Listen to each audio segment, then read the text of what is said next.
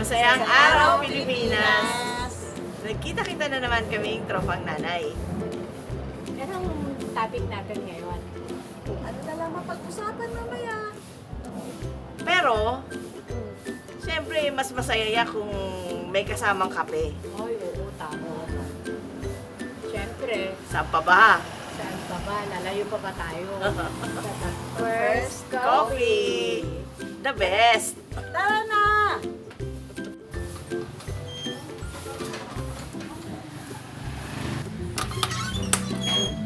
Sabi ko kayo ba?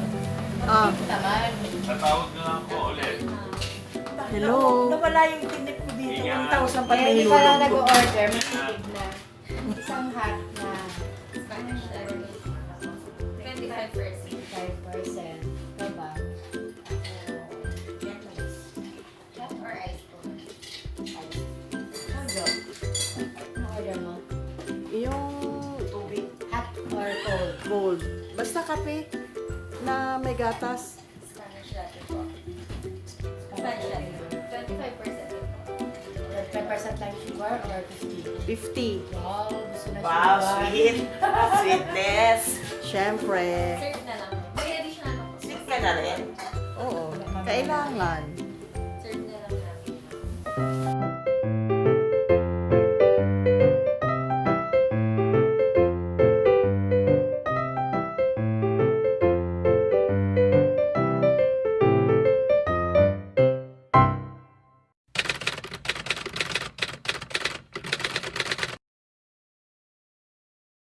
Kagaya sa'yo, Jo.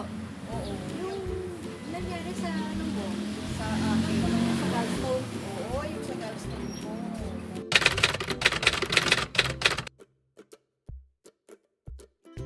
So yun na, nakita na po yung 2cm. Ngayon ang sabi niya, ano daw, surgery. Natanggalin. Tatanggalin. Agad-agad. Pero parang shock pa talaga. Agad-agad. Parang gano'n. Sabi niya kasi daw, kailangan daw tanggalin kasi baka daw atake na naman. Ako na naman daw nahirapan. Ayaw ko noon, hindi na-aatake. Oo nga. Naisip ko lang, tinatanggal mo na din. naisip ko din naman kasi, maubos na yung laman loob ko. Diba? Hindi naman, ano Wala yun na eh, nga. wala namang major ano yun. Wala na siyang Oo. gamit. May gamit pa rin, pero hindi yung major organ effect dyan sa loob ng tiyan mo. Basta, nung sinabi niya magpa-surgery na, ano na yung term, nakalimutan ko na, basta may term yun na procedure. Na ano lang daw, i-insert lang daw. Oo, anong tawag dyan? Basta i-insert yung parang tapos ganyan lang Parang kalit yung laser yan eh. tapos parang makita daw sa monitor yung paano mag-move yung yung parang bakal na magkukuha nung gallbladder. Stone. Gallbladder tanggalin. Oh. Hindi yung stone ang tanggalin, yung gallbladder talaga. Kaya medyo So, kung natanggal yun, every time, nung nalaman, Yung kaya yun. ang isang reason na nag-alangan ako kasi, di ba nga si Madam Irene, wala ng gallbladder. Nakakadang pallets. Madam Palits.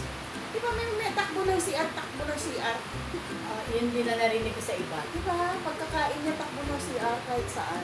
Karan, ganon nga. Marami ako narinig. Hindi, ganun din yung mangyayari sa Ay, akin. okay lang naman. Di tatakbo ka lang naman. So in short, hindi ko... sa may CR. Ayoko naman. gusto ko. Dala ka pala itong wipes.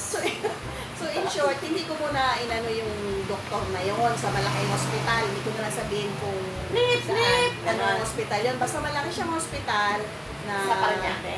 Sa Parañaque na ano siya, ano yun, yung term ng doktor na expert sa mga ganyan. Yung term so, basta, tapos ngayon, naghanap ako na ibang doktor. Yan na. Gastroenterologist. Outside. Oo. So, naghanap ako ng ibang hospital. Pero tama din yun talagang nagano na second opinion. So, parang Bago nag-second opinion. magpa-major. So, parang nagpa-second opinion ako. Punta ako sa isang hospital naman na may pangalan din naman sa Parañaque na gastro. Ang approach naman niya, maggagamot daw ako ng 2 buwan. Tapos kung As in yung gamot. matunaw daw yun? para daw Talaga? baka daw matunaw. So, wala siyang sinabi talaga na surgery. Wala siyang binanggit na surgery. So, naggamot ako 2 buwan. Sinabayan ko ngayon nung flashing ko. Di ba sabi ko sa'yo, nag-flashing Kasi ako. nga parang yung Yung flashing na yun, bago ka naman mag-flashing, 1 week, Anong mag-apple gagawin? ka muna, apple juice, saka apple lang yung kainin mo. Pero, As wala in, kang wala makakainin. Kunti lang. Kunti lang masyado, walang meat. Walang meat. Kunti lang. Tapos gulay. Tapos yun na apple juice, apple. Tapos kunting kain lang, kunting kain lang. Kakain din. Oo. 6 days yun, straight. Apple, mga ilang apple.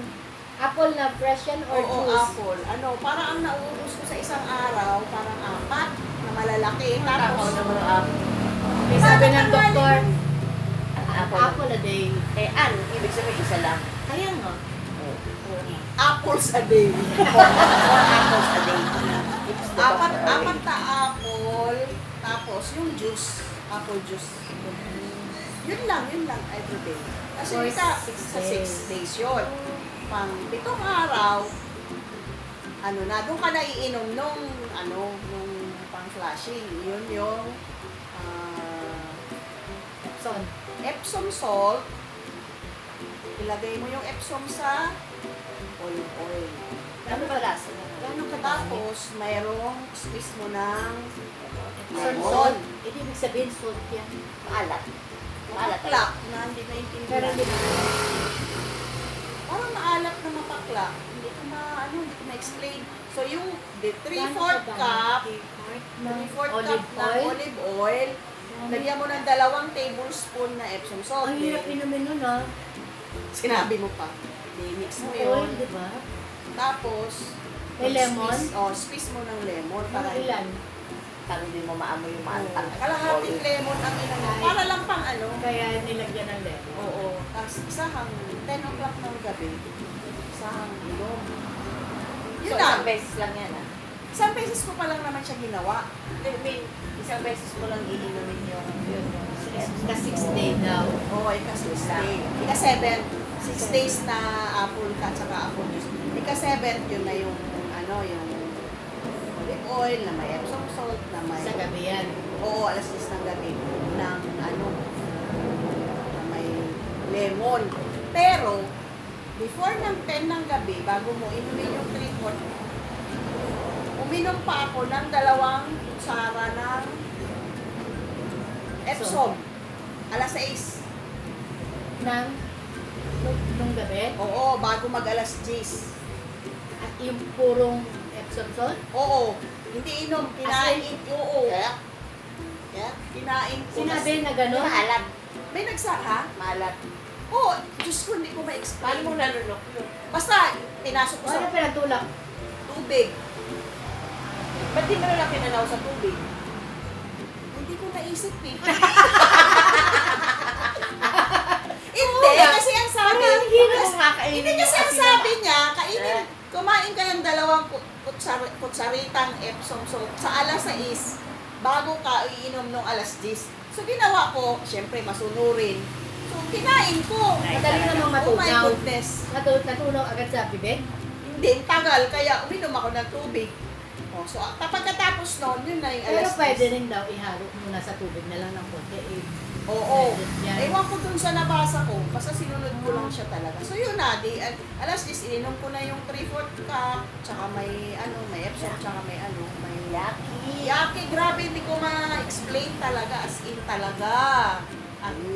Kaya kinabukasan, ano nangyari? Eto na, alas 6 ng umaga. Parang, hindi revolution, para siyang may, Nagle-labor? hindi, para lang siyang, parang nafe-feel mo lang na kailangan, May something? kailangan mong ilabas. Tayo-tayo ka na, gano'n, pero hindi. Hindi naman. Tapos, basta umupo lang ako sa, sa inidoro. Yun na. Naglabasan na lahat ng, kamandag. Anong kulay ng ano mo? Hindi ko tinignan. Yung ko Dapat tingnan. tinitingnan mo yun. Yung iba, inano nila, Sinasala. sinala. Basta oily siya. Na yellowish na, Eh kasi yung olive oil. Kasi una-una, wala naman kasi akong kinain na marami nung 6 na araw, di ba? Mga parang soft diet. Oo, soft diet, tapos yun na apple at Light saka diet. Oo. So, parang puro oil na puro fats. Basta parang ganun yung lumabas. Sinabayan ko yun, yung sa 2 buwan gamutan. Tapos eto na, after a year, so, oo, after a year, Dahil wala ka nang naramdaman. bumalik na ako ngayon. Kasi, sabi nga nila, pupunta daw sa veterans at libre doon. Sayang din Diba? dapat ba? So, hindi mo na ako pumunta sa, sa dati kong doktor. Pumunta akong veterans.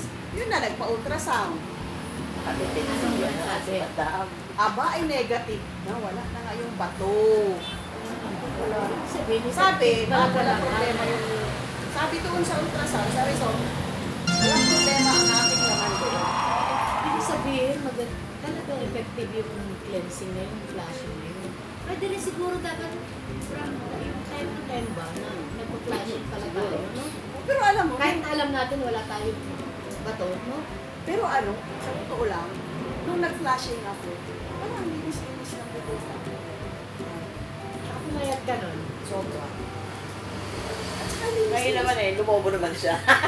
Kasi wala na ang bato. Kasi kumakain na uli ng karne, ng ano, lahat. Lamon to the max na siya.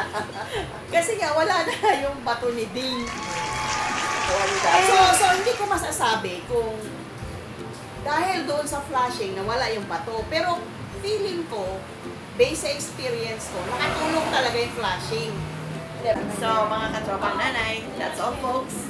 Sana may natutunan kayo sa aming palitan ng kaalaman at sa sharing ni Madam Jo kung paano nawala ang bato ni Dang nasa kanyang katawan. Talking through experience talaga. Ano mo? So, yun lang. Yun, abangan nyo ulit ang susunod naming vlog. And don't forget to click like, share, and subscribe para ma-notify kayo lagi pagka, at saka yung notification bell para ma-update kayo lagi pag meron kami bagong videos na ina-upload. Bye! Bye! Masayang araw, Pilipinas! Masayang araw, Pilipinas! Nandito na naman kami at nagkita-kita ang tropang nanay. Anong topic natin ngayon, Dam? May lang! Hindi niya magsumama sa